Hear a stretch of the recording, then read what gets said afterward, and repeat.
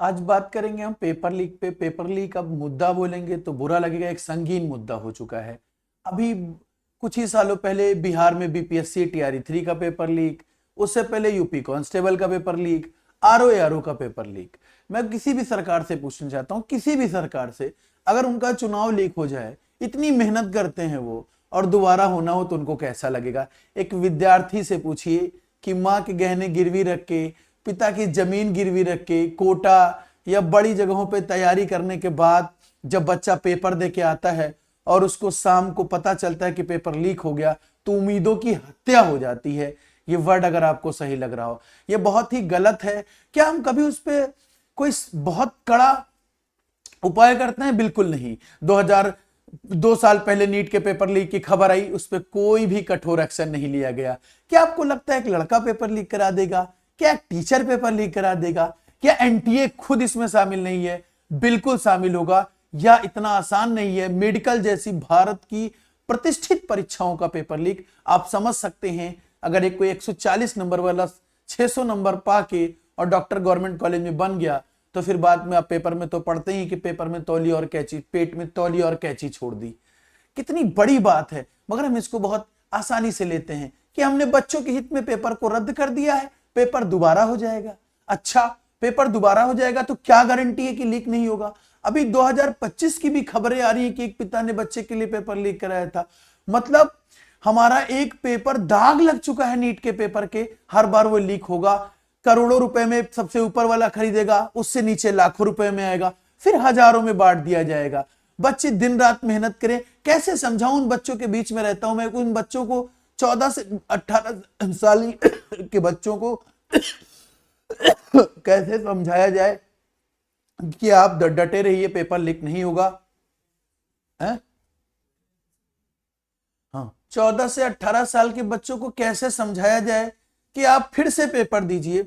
बहुत दुखी हो जाते हैं। अगर वो एक छोटा सा खिलौना भी सोच लेते हैं ना, तो उसको खोना नहीं चाहते हैं। आप उस एज में आप उनसे दोबारा पेपर चाहते हैं। 20 से 25 साल, 27 साल की युवा की तो आदत हो चुकी है, पहले फॉर्म अप्लाई करना, फिर उसका कोर्ट केस होना, फिर किसी तरीके से पेपर होना, फिर सालों का भर्तियों का फंसा होना, फिर रिजल्ट का आना, फिर नाम आना या ना आना तो बात की बात है। उनकी आदत बन चुकी है। और थोड़ा सा छोटे बच्चों के लिए सिस्टम अच्छा था, नीट जेई बड़े पैमाने के एग्जाम है, बट उसमें भी अब धांधली होने लगी है। सरकार का क्या है, कोई भी कठोर एक्शन नहीं लेती है, कोई भी ऐसी सजा का प्रावधान नहीं रखती जिससे लोग डरें। अभी सीबीएसई ने कॉपी चेकिंग की, बच्चों को तो प्रयोगशाला बना लिया गया है, इतनी सारी प्रयोगशाला भारत में, मगर बच्चों को बनाया गया है। ओएसएम ऑनलाइन चेकिंग के सामने आए, कई सारे बच्चे जो 75% आसानी से ला सकते थे, वो जेई मेंस निकाल ले गए और उनके मार्क्स नहीं आ पाए 75%, क्योंकि कुछ भी कॉपी चेक हुई है। मैं कुछ रिजल्ट देख रहा था, 23 23 23 23, मतलब सेम नंबर मिल रहे हैं।